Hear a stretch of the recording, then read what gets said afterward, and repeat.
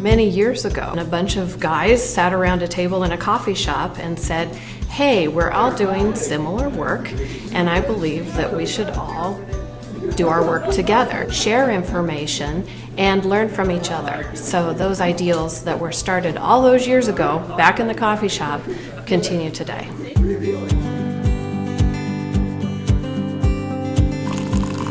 But I think they started meeting in about 85 or 86, and there was a group of them, and they started over here at Kay's, right here at the same Piedmont Shopping Center, and got together because planned giving was kind of the new trend that was coming in. So we were really one of the first, if not the first, council to actually get started. So you would be a pioneer.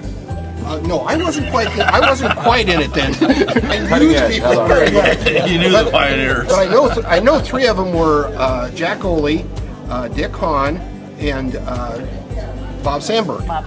Those three, and then I think there were 3 or 4 more that were involved in that first gathering. But there are a lot of people who had a lot of experience in planned giving, and so even though the organization was new, people doing planned giving, there were many people in a variety of different organizations. I think too, what I enjoyed a lot in the early days was just the interaction. Hearing these veterans speak about how they'd come at it and that sort of thing was just fascinating. We had a great learning experience. I can still remember the very first meeting that I went to, and it was really great to come into this room with people who had been doing it for even 25 years at that point.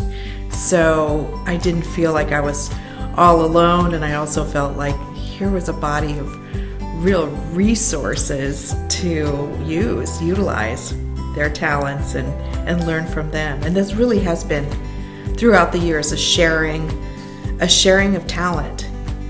Going out as all of you have done and to sit in your donor's living room and ask them how their family is. And it's a real privilege to be invited into someone's home and to become almost part of their family. So yeah, those are the great memories you have. All of fundraising is about relationships. It's the opportunity to be in the inner sanctum with an individual when they think about the legacy they want to leave outside of their own family. It's not only is it a privilege, it's a responsibility. Again, as we're all talking about, it's relationships.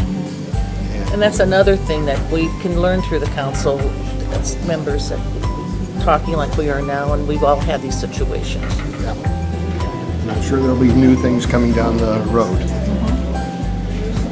There's always new and different tools. We have to know them, but again, it comes back to that relationship. Yeah.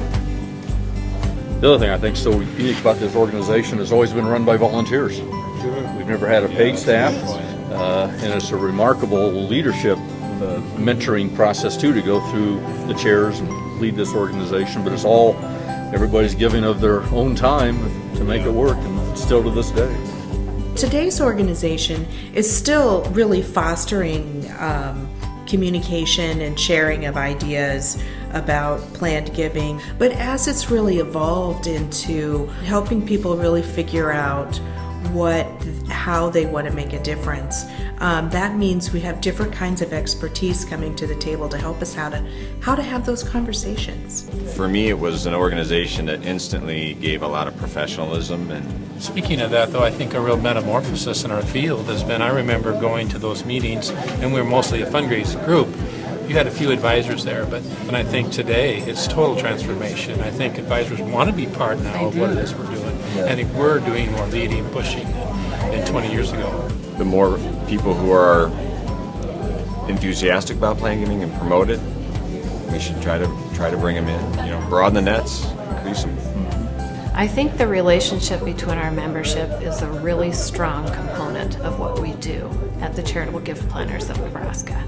And what has happened is that we have carried those values that they sat around the coffee table and discussed all of those years ago. We have carried those values forward so that we're able to work with each other very well in the philanthropic community, which I think is very important. And we've also been able to bring some of the best minds and the best talent together with our charitable gift planning ideals. So those ideals that were started all those years ago back in the coffee shop continue today. Well, I'm glad we got together to talk about this. So am I. Well, we're all still alive. Oh, did I say that out loud? I'm sorry. You're the one with the white hair. We'll be watching the obituaries. Yeah, you're talking 70.5, like, yeah, that's old. No, it's not. Oh, not a problem.